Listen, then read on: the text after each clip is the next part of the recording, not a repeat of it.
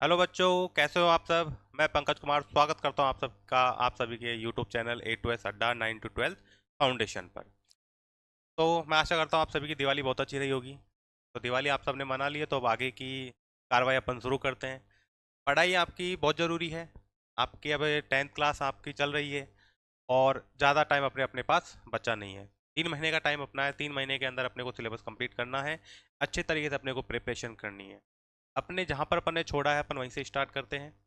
इस चैप्टर के अपन शुरुआत कर चुके थे वास्तविक संख्याएं, जिनके अपन में संख्याओं के बारे में जान लिया था। इसके बाद इसके कुछ अपन ने एग्जाम्पल की थी, कुछ प्रमेय की थी, अंकगणित की आधारभूत प्रमेय।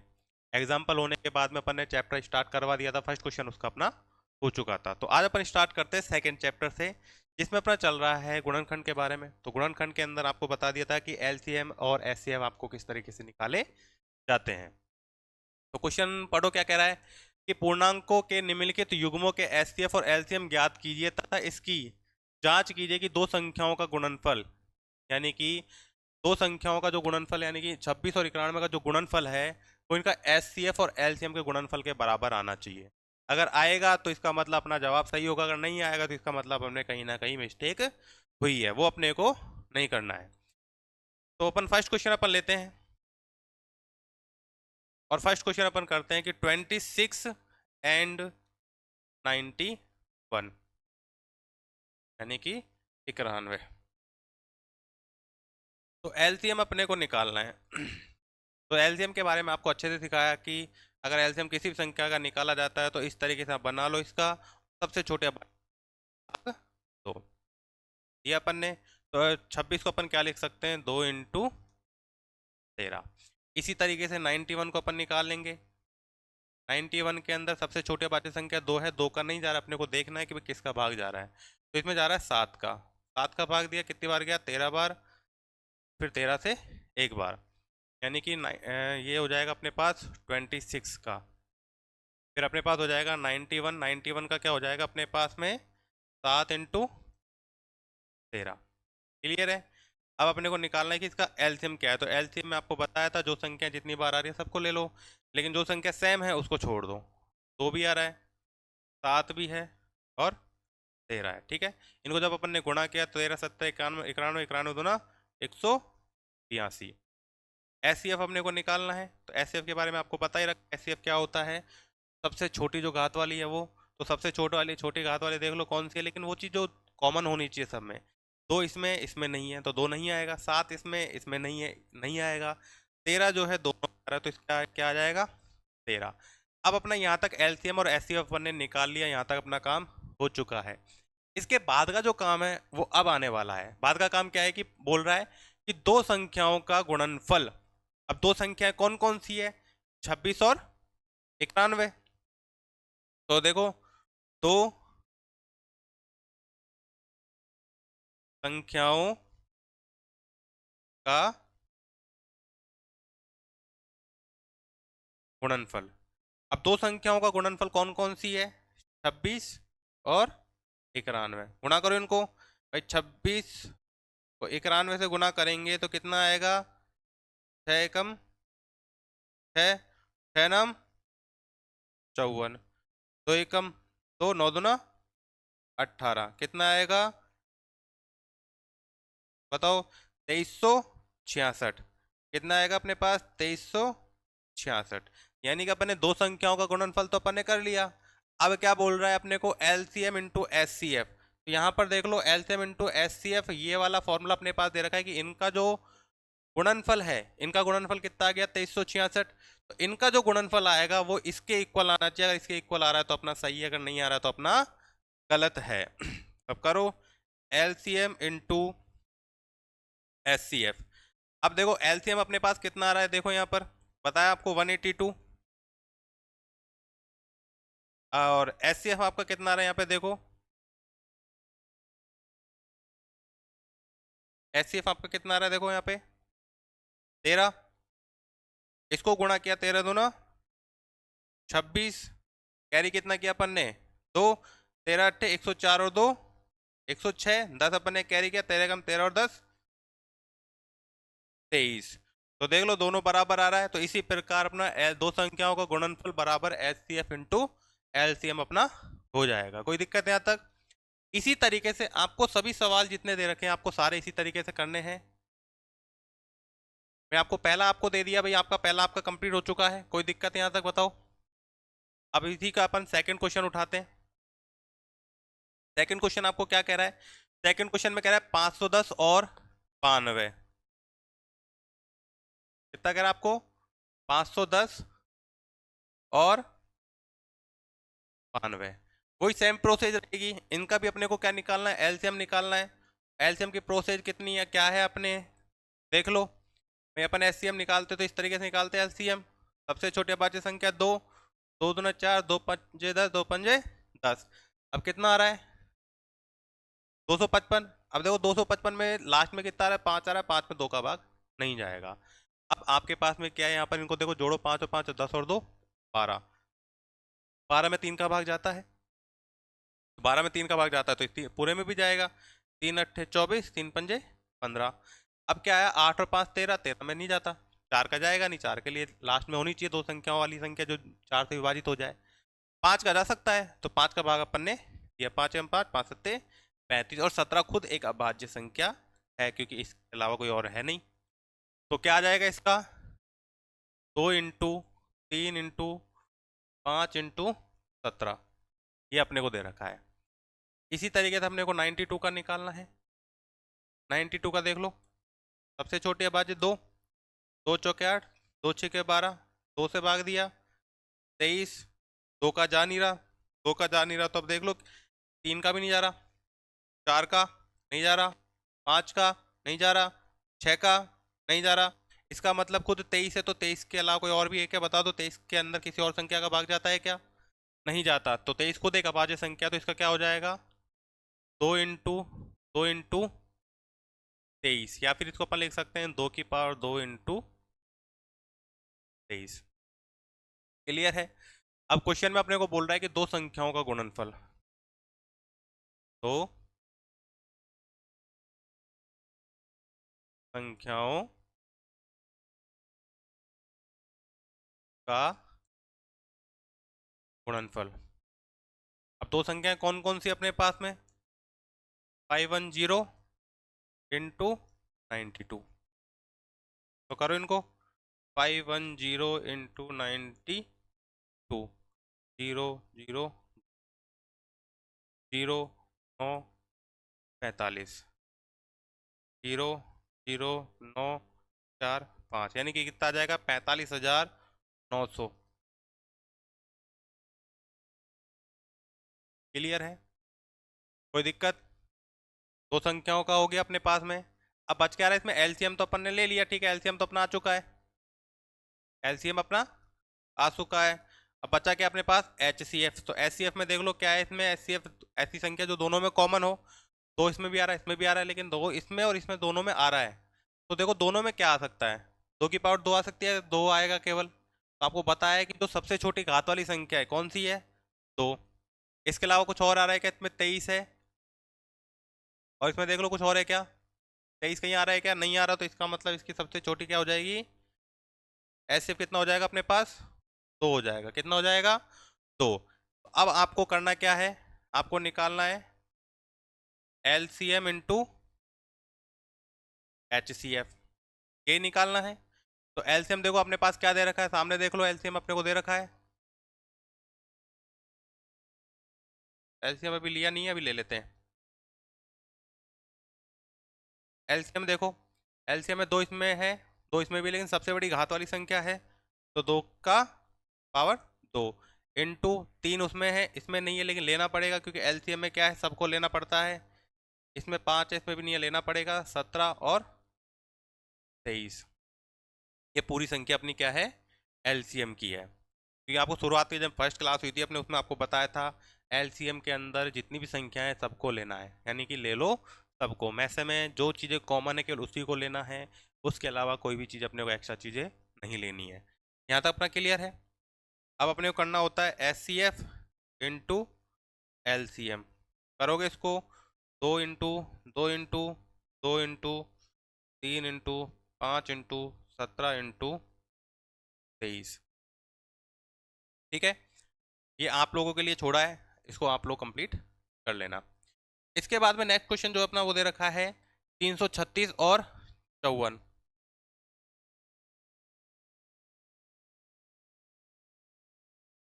336 और 54।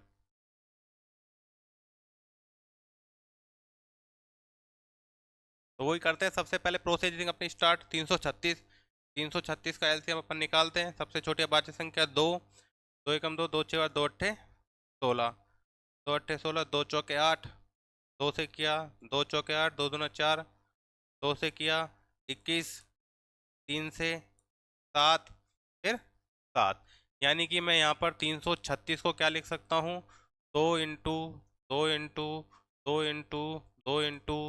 इंटू यानी कि मैं लिख सकता हूँ यहाँ पे 2 की पावर 4 इंटू 3 इंटू 7। क्लियर है। अब अपन लेते हैं 54 का। तो 54 का निकालो, 2 से दिया भाग अपन ने 27 बार, 3 से किया 9, 3 से किया 3, 3 से किया 1। इसको अपन लिख सकते हैं 2 इंटू 3 इंटू 3 इंटू 3, और इसको अपन लिख सकते हैं 2 इंटू 3 की पावर 3। क्लियर है यहाँ तक। अब क्लियर है तो अपने पास एलसीएम अपने पास आ चुका है। एलसीएम में सबसे बड़ी घात वाली संख्या 2 की पावर 4 इंटू 3 की पावर 3 इंटू 7, और एचसीएफ अपने पास दे रखा है। एचसीएफ कितना दे रखा है अपने पास, तो सबसे छोटी घात वाली 2 और 3। क्लियर है यहाँ तक। और अब बोल रहा है कि दो संख्याओं का गुणनफल, दो संख्याओं का गुणनफल। अब दो संख्याएं कौन कौन सी दे रखी है अपने पास, 336 इंटू 54।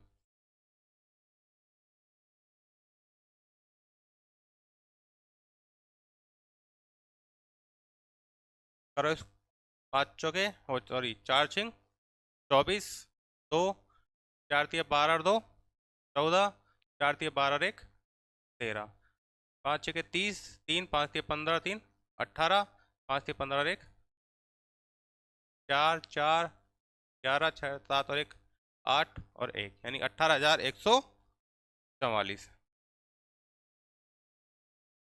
ठीक है। अब नेक्स्ट आपको करना है एलसीएम इंटू एचसीएफ, और एलसीएम आपको क्या दे रखा है, 2 की पावर 4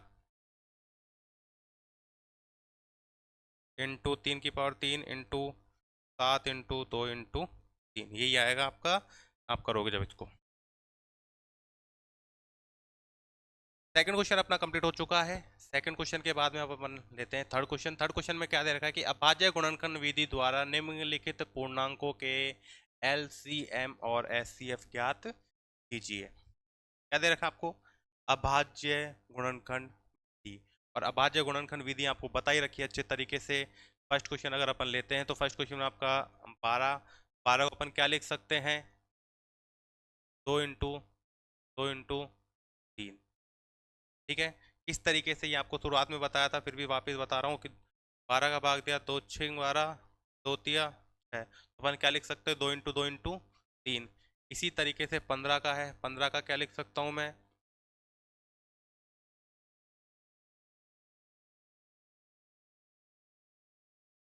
15 का 3 फिर 5, यानी कि 15 को मैं क्या लिख सकता हूँ, 3 इंटू 5।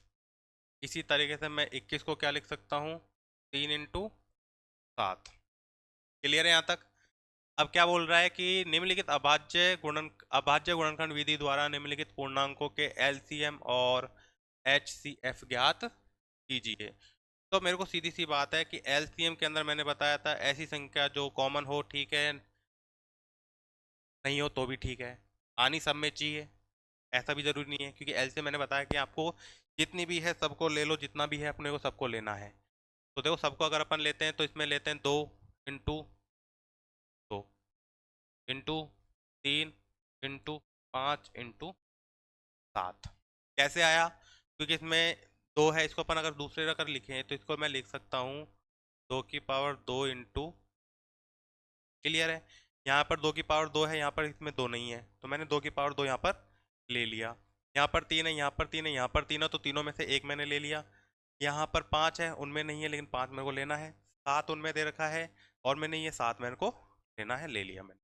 तो एलसीएम मेरे से पूछा, तो एलसीएम इसका हो जाएगा 5 सत्ते 35, 35 दिया 105, 105 दूना 210, और 210 दूना 420। एस सी एफ का मेरे को दे रखा है, तो एस सी एफ का मैंने आपको बताया था जो सबसे छोटी घात है जो कॉमन हो सब में, तो इनमें है लेकिन इनमें किसी में नहीं है। 3 इसमें है और इसमें, यानी तीनों में है, तो इसमें क्या आ जाएगा, 3 आ जाएगा। कितना आ जाएगा आपका, 3। यानी कि यहाँ पर आपका ये सवाल भी कंप्लीट होता है। सेकंड और थर्ड आपको इसी तरीके से करना है। सेकंड में आपको कुछ ज़्यादा इतना वो है नहीं अपने पास में हार्ड, इतना क्या दे रखा है, 17, 23 और 29। तो देखो आपको एस सी एफ 17 खुद एक अभाज्य संख्या है, 23 खुद एक अभाज्य संख्या है, 29 खुद एक अभाज्य संख्या है। एलसीएम की अगर बात करता हूँ तो एलसीएम में जितनी संख्या तीनों की तीनों आ जाएगी। एचसीएफ की अगर मैं बात करता हूँ तो एचसीएफ के अंदर इसमें आ जाएगा केवल और केवल एक, क्योंकि एक के अलावा मैंने आपको बताया था कि अभाज्य गुणनखंड विधि द्वारा करना है एलसीएम और एचसीएफ। इसको अगर देखो दोबारा वापस रिपीट कर रहा हूँ, मैं शुरुआत में आपको बताया था एलसीएम को अपन हिंदी में बोलते हैं लैस से, यानी कि होता है लघुत्तम समापवर्त है। एचसीएफ को अपन हिंदी इंग्लिश में बोलते हैं मैथ से, यानी महत्तम समापवर्त है। क्लियर है। लेस यानी होता है ले लो सबको, जितनी भी चीज़ें आपको दे रखी है सबको ले लो। ऐसे मतलब आपको दे रखा है मतलब सबको, यानी जितनी भी चीज़ें आपको दे रखी है उनको नहीं लेना है, आपको केवल उतना ही लेना है जो आपको कॉमन दे रखा है। Is that clear?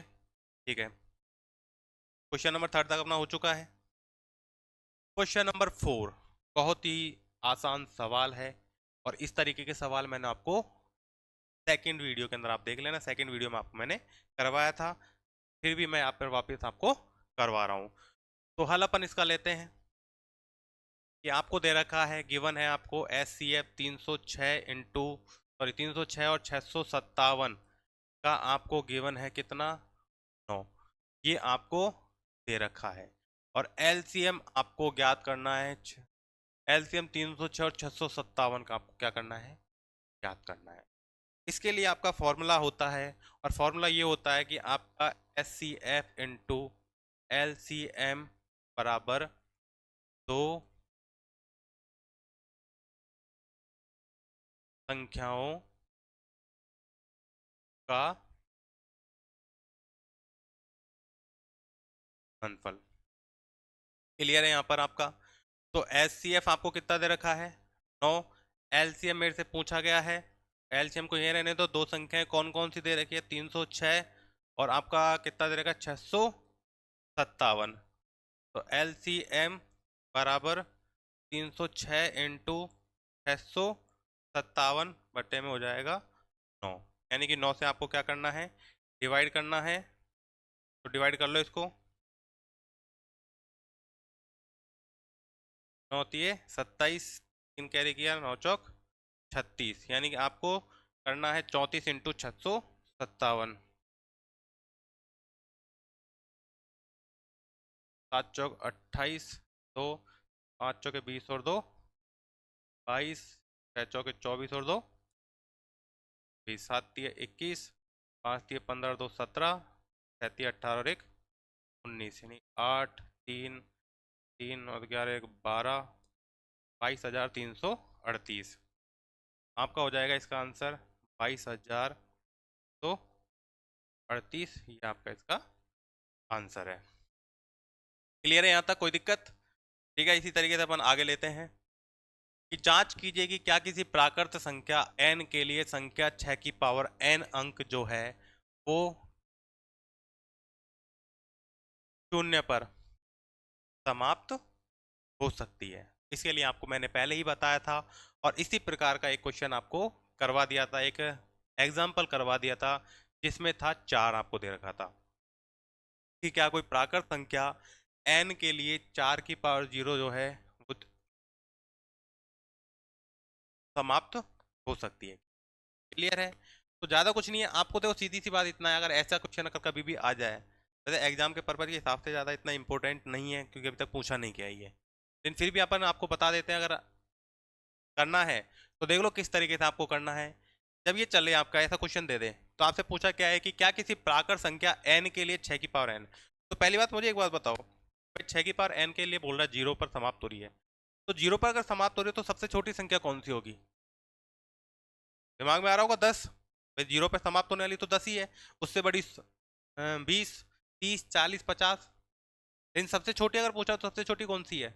10 ही होगी, 10 से छोटी क्या हो जाएगी? 9। क्लियर है? तो यानी कि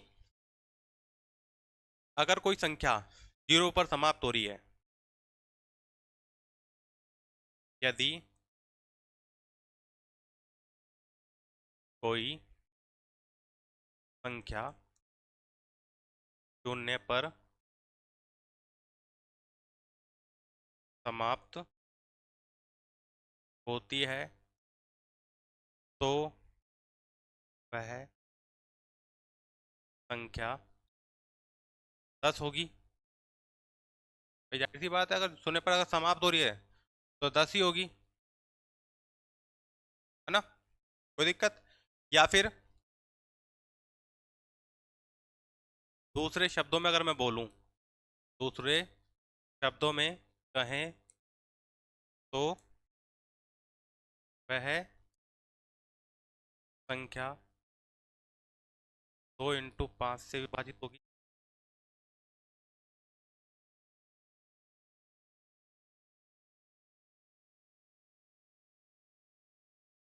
क्लियर है? क्योंकि क्यों होगी?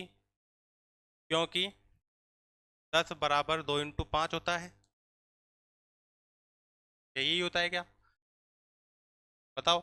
अगर जीरो पर समाप्त हो रहा है, जीरो पर समाप्त होने का मतलब क्या है? वो 2 से विभाजित होगी और वो 5 से विभाजित होगी। तो इसी के आधार पर हमने क्या देखा, 6 की पावर n, तो 6 की पावर n के अभाज्य गुणनखंड कर लो। 6 की पावर n के अभाज्य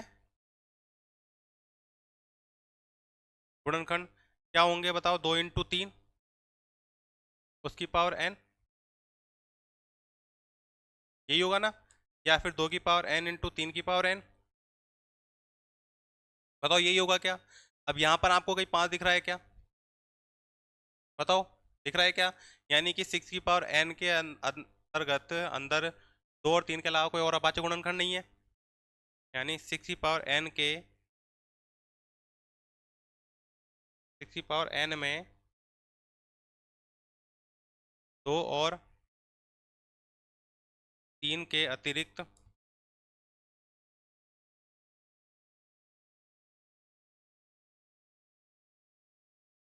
कोई और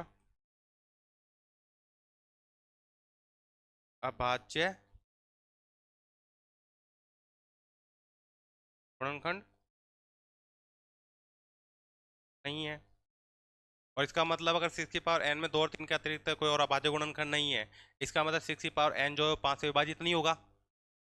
तो 6 की पावर n 5 से विभाजित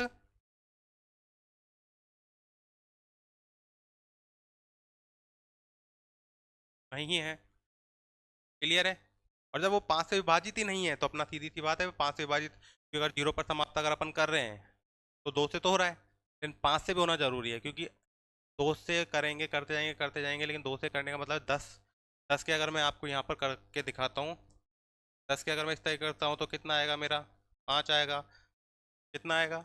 5 आएगा। यानी कि मेरे को 5 को हटाने के लिए 5 तो चाहिए। तो 6 की पावर n जो है 5 से विभाजित नहीं है। तो अपने पढ़ी थी अंकगणित की आधारभूत प्रमेय, पढ़ा था अपन ने अंकगणित की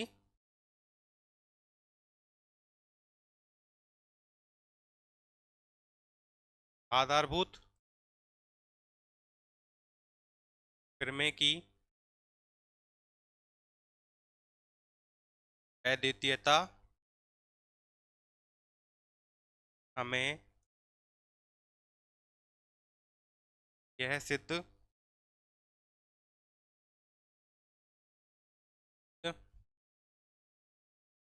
कराती है कि 6 की पावर n में 2 और 3 के अतिरिक्त कोई अभाज्य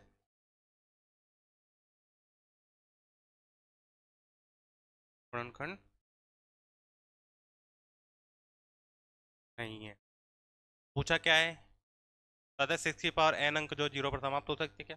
भाई नहीं हो सकती, 0 पर समाप्त कैसे हो सकती है? आपके सामने इस चीज का प्रूफ आपको दे दिया है। नेक्स्ट क्वेश्चन दे रखा है कि व्याख्या कीजिए कि 7 इंटू 11 इंटू 13 प्लस में 13 और 7 into 6 into 5 into 4 into 3 into 2 into 1 plus 5 भाज्य संख्याएं क्यों है? बहुत ही आसान सवाल है, दिमाग में आ गया होगा। भाज्य क्या है? भाज्य संख्याएं क्यों है? भाज्य संख्याएं क्यों है? अब आपसे मैं क्वेश्चन पूछता हूँ कि 10 जो है क्या है, भाज्य या अभाज्य है? आपको पता है 10 जो है भाज्य संख्या है? कैसे पता लगा? भाई 10 के अंदर आपने भाग दे के देखा होगा, दिमाग लगाया होगा आपने। भाई 10 में आपने भाग दिया होगा किसका? 2 का भी जा रहा है, 5 का भी जा रहा है ना, तो यानी 2 से विभाजित है, 5 से विभाजित है, कोई दिक्कत? यानी कि आपको पता है कि अगर कोई संख्या अगर भाज्य संख्या है तो भाज्य संख्या में 2 से ज्यादा भाज्य गुणनखंड होने चाहिए, अभाज्य गुणनखंड होने चाहिए। अब जब 2 से ज्यादा भाज्य गुणनखंड होंगे तो जाहिर सी बात है उससे पता लग जाएगा, तो उसको अपन को ये चेक करना है। और एक चेक करते अपने को पता लग जाएगा कि भाज्य संख्याओं में, भाज्य संख्याओं में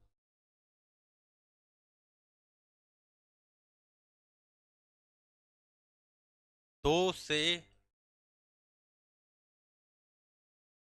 ज्यादा अभाज्य गुणनखंड होते हैं।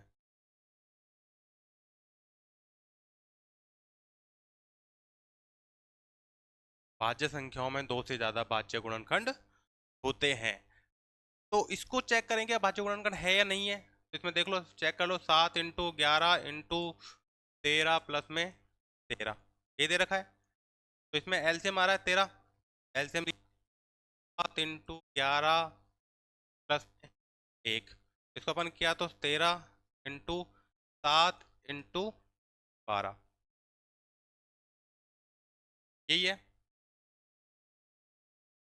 यानी कि इसको मैं लिख सकता हूँ 13 इंटू 84, 84। अब देख लो यहाँ पर ये जो संख्या है भाज्य संख्या है, क्यों? अतः यह है भाज्य संख्या है। क्योंकि भाई क्यों है ये भी तो पूछेगा आपसे, क्योंकि इसमें एक 13, 84 और इनका जो गुणनफल है इससे यह विभाजित, इससे है,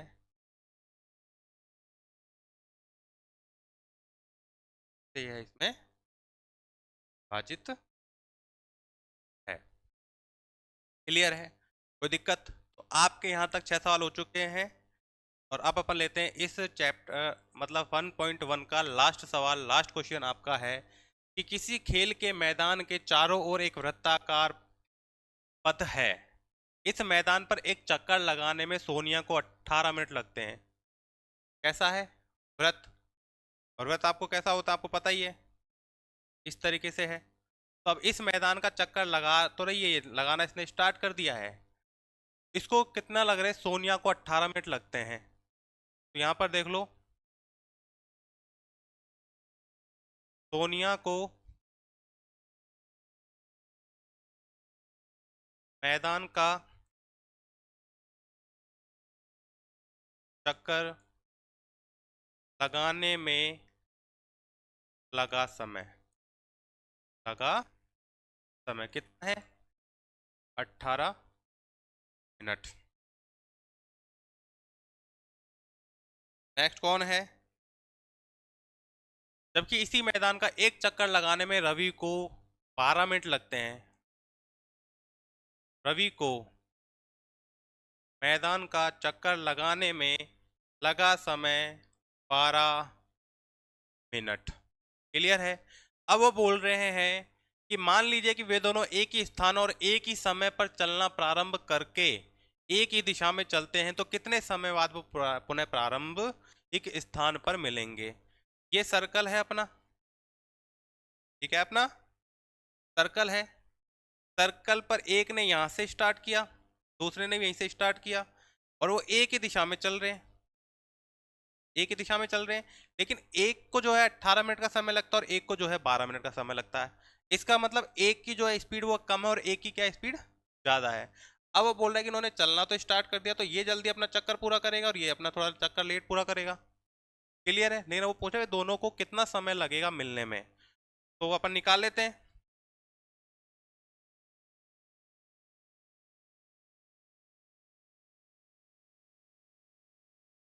दोनों को मिलने में लगा समय, लगा समय यानी कि 12 और 18 का LCM। तो 12 और 18 का LCM को निकालना अच्छे से आता ही है, एक अच्छे से आपको सिखा ही रखा है। 12 का LCM क्या होता है, 2, 2 और 3। 18 का क्या होता है, 2, 3, 3। तो 12 के को लिखेंगे अपन 2 की पावर 2 इंटू 3, 18 को अपन लिखेंगे 2 इंटू की पावर 2। LCM दोनों का निकालना है।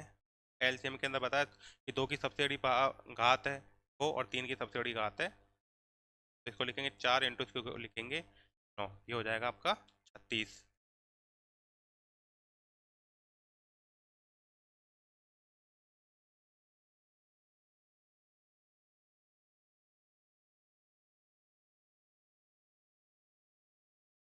अतः दोनों 36 मिनट में मिलेंगे, यानी दोनों को मिलने में लगा समय कितना है, 36 मिनट। आपके यहाँ पर 1.1 एक्सरसाइज जो है वो कंप्लीट हो चुकी है।